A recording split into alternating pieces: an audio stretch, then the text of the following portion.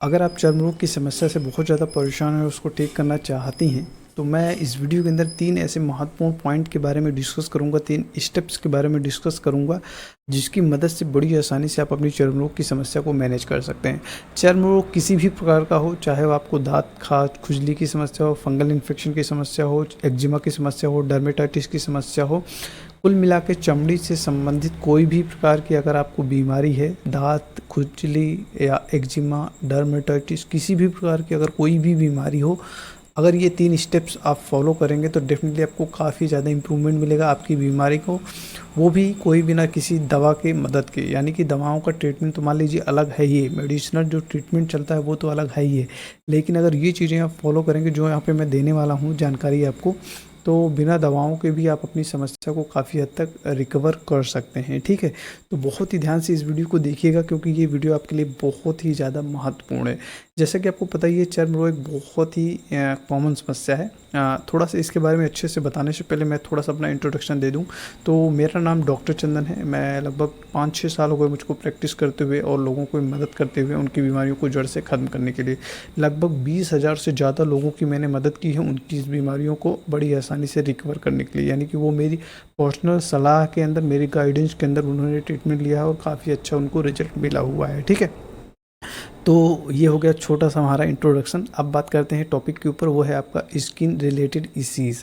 इसमें 3 मुख्य चीज़ें हैं जो कि विशेष रूप से आपको ध्यान देनी पड़ेगी। नंबर 1 पे आता है स्टेप नंबर 1 है आहार, यानी कि आपका जो भोजन।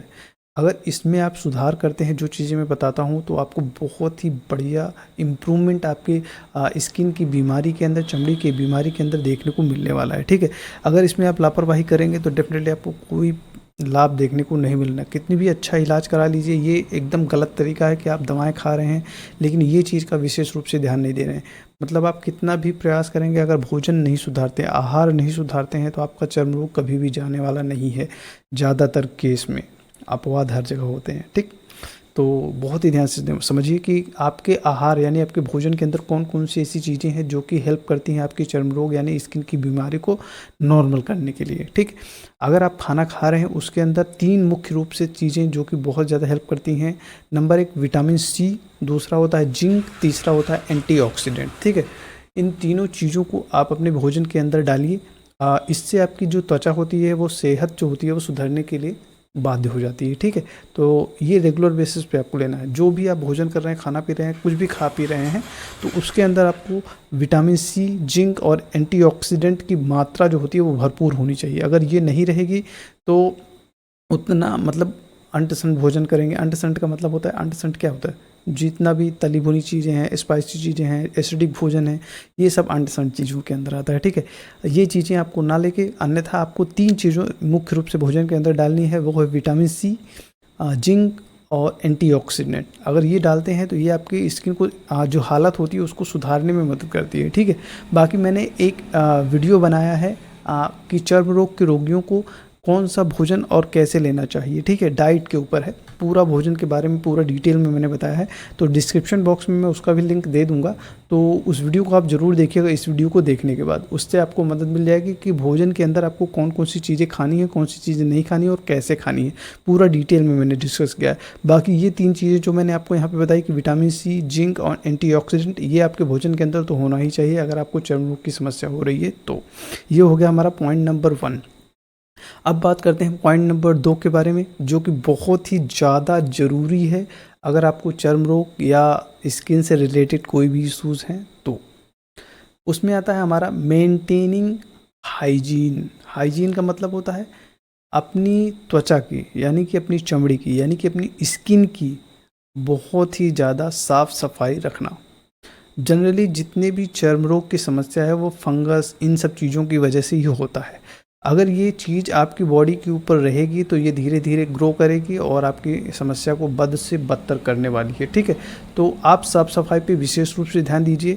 जनरली जितनी भी ये स्किन से रिलेटेड इश्यूज़ होते हैं उसके अंदर पसीना बहुत ही इंपॉर्टेंट रोल प्ले करता है। अगर बहुत ज़्यादा ह्यूमिडिटी है आपके इलाके में तो वहाँ पे ये समस्याएं होती हैं। कुल मिला के बात ये करनी पड़ती है कि आप अपने रेगुलर गारमेंट्स को, कपड़ों को चेंज करते रहिए, अंडर गारमेंट को चेंज करते रहिए, बनियान को चेंज करते रहिए और रेगुलर बेसिस पे, मतलब उनको अच्छे से धुलिए, साफ़ करिए और धूप में अच्छे से सिखाइए। नहीं अगर धूप में अच्छे से सूखता है तो आप इस्त्री, यानी कि जो प्रेस होता है कपड़ा इस्त्री करने वाला, उससे आप उसको सुखा लीजिए, ठीक है। इससे क्या है, उसके जितने भी फंगस होते हैं, बैक्टीरिया होते हैं, वो ख़त्म होने लगते हैं, ठीक है।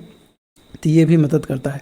तो दूसरे नंबर पे क्या चीज़ है, मेंटेनिंग हाइजीन, यानी कि साफ़ सफाई का विशेष रूप से ध्यान देना है। अगर आपको बहुत ज़्यादा पसीना आता है तो उसको आप केयर करिए, धुल दीजिए, नहा लीजिए, या आप पंखे की हवा में बैठ सकते हैं, एसी वगैरह में तो नहीं, वहाँ पे ह्यूमिडिटी ज़्यादा हो जाती है, उसकी वजह से और समस्याएं बढ़ने लगती हैं, ठीक है। तो पंखे में, कूलर में, ये सब जगह पे बैठ के आप अपना पसीना सुखा सकते हैं। नहीं तो फ्रेश एयर में कहीं भी आप चले जाइए, बाहर घूमने चले जाइए, तो वहाँ से आप कर सकते हैं, ठीक है। तो ये विशेष रूप से आपको ध्यान देना है कि अपना हाइजीन को मेंटेन बेहद ज़्यादा ज़रूरी है करना, नहीं तो आप परेशान होते रहेंगे। तो ये हो गया हमारा पॉइंट नंबर 2। देखिए ये जो चीज़ें मैंने बताई, इनका विशेष रूप से ध्यान देना। जो तीसरा पॉइंट मैं बता रहा हूँ वो इन सभी चीज़ों से बहुत ज़्यादा महत्वपूर्ण है, तो बहुत ही ध्यान से सुनिएगा। नेक्स्ट पॉइंट है हमारा पॉइंट नंबर 3, स्ट्रेस मैनेजमेंट।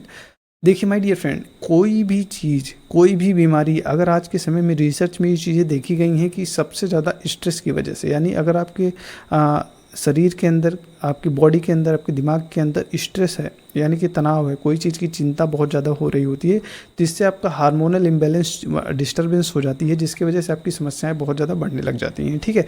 तो इसको मैनेज करने का बहुत ही सिंपल सा तरीका है। आप योग कर सकते हैं, मेडिटेशन कर सकते हैं, या तो बहुत ही अच्छा प्यारा प्यारा हैप्पी फीलिंग वाले जो म्यूज़िक होते हैं, गाने होते हैं, वो सुन सकते हैं, ठीक है।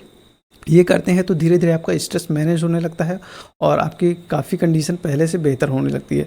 इसको थोड़ा मैं आपको ये एक चीज़ विशेष रूप से पॉइंट कर रहा हूँ कि स्ट्रेस मैनेजमेंट बहुत ही ज़्यादा ज़रूरी है। नहीं आपको समझ में आ रहा है कुछ, तो आप काउंसलिंग कराइए, प्रॉपर तरीके से अपनी चीज़ों को समझिए, उसके बाद अपना समस्या का समाधान करिए, ठीक है। तो स्ट्रेस मैनेजमेंट बहुत ज़्यादा ज़रूरी है। 3 चीज़ें मैंने बता दी हैं, जो इन लोगों, अगर इन चीज़ों का आप डेफिनेटली उपयोग करते हैं, जो चीज़ें जैसी भी बताई हूँ उस तरह से, तो डेफिनेटली आपको फ़ायदा मिलने वाला, कोई रोक नहीं सकता है, ठीक है। एक चीज़ यहाँ पे मैं आपको डिस्क्लेमर ज़रूर देना चाहूँगा, बहुत ही ध्यान से सुनिएगा, वो ये है कि ये जितनी भी चीज़ें मैंने बताई हैं, इससे आपको फ़ायदा होने वाला है, इसमें कोई दो राय नहीं है, ठीक है। लेकिन ये कोई आपका परमानेंट सोल्यूशन नहीं है। अगर आपको चर्म रोग की समस्या है, स्किन से रिलेटेड कोई भी इशू है, चाहे फंगल इन्फेक्शन हो, डर्मेटाइटिस हो, एक्जिमा हो, सिबोरिक एक्जिमा हो, डर्मेटाइटिस हो, या अदर कोई भी विटलिगो हो, कोई भी स्किन से रिलेटेड इशूज़ हैं, तो डेफिनेटली आपको क्या करना है वो चीज़ मैं आपको बता देता हूँ। तो हमारा नेक्स्ट स्लाइड के अंदर वो है डीसी होम्योपैथिक मेडिसिन्स। अगर आप इसका परमानेंट सोल्यूशन चाहते हैं तो जितनी जल्दी हो सके आप डीसी होम्योपैथिक मेडिसिन्स जो कि हमारे द्वारा बनाई गई, उस पर जितनी जल्दी आप शिफ्ट करेंगे उतनी जल्दी आप इस समस्या से समाधान पाएंगे। अन्यथा आप परेशान होते रहेंगे और आपकी बीमारी जाने वाली नहीं है। जितनी जल्दी आप डीसी होम्योपैथिक मेडिसिन्स के ऊपर शिफ्ट होंगे उतनी जल्दी आपकी बॉडी रिकवर करना स्टार्ट कर देगी, ठीक है। अन्यथा आप घूमते रहेंगे, कोई मतलब निकलने वाला नहीं है। तो ये चीज़ आपको विशेष रूप से ध्यान देना है, ठीक है। आशा करते हैं आपको ये चीज़ें समझ में आ गई होंगी। एक इंपॉर्टेंट नोटिस मैं आपके लिए ज़रूर दूंगा, अगर आपको ये चीज़ें डिटेल में सीखनी है तो मैंने इसके लिए एक वीडियो बनाया है, आप मैं डिस्क्रिप्शन बॉक्स में पहला लिंक उसी का दे दूंगा, तो आप वहाँ पे जाके उस वीडियो को पूरा डिटेल में ज़रूर देखिए, ठीक है। बाकी कोई भी अगर आपका सवाल है, कुछ भी जानना चाहते हैं तो नीचे आप कमेंट बॉक्स में लिख के ज़रूर पूछिए, मैं डेफिनेटली आपको गाइड करूँगा कि आपको क्या करना चाहिए, ठीक है। जो डिस्क्रिप्शन बॉक्स में मैंने एक वीडियो दिया है वो वीडियो आप जाके ज़रूर देखिए, क्योंकि वहाँ पर मैंने पूरा डिटेल में इसके बारे में जानकारी दी है आपको, ठीक है। तो मिलते हैं नेक्स्ट वीडियो में, तब तक के लिए जय हिंद, नमस्कार, भारत माता की जय।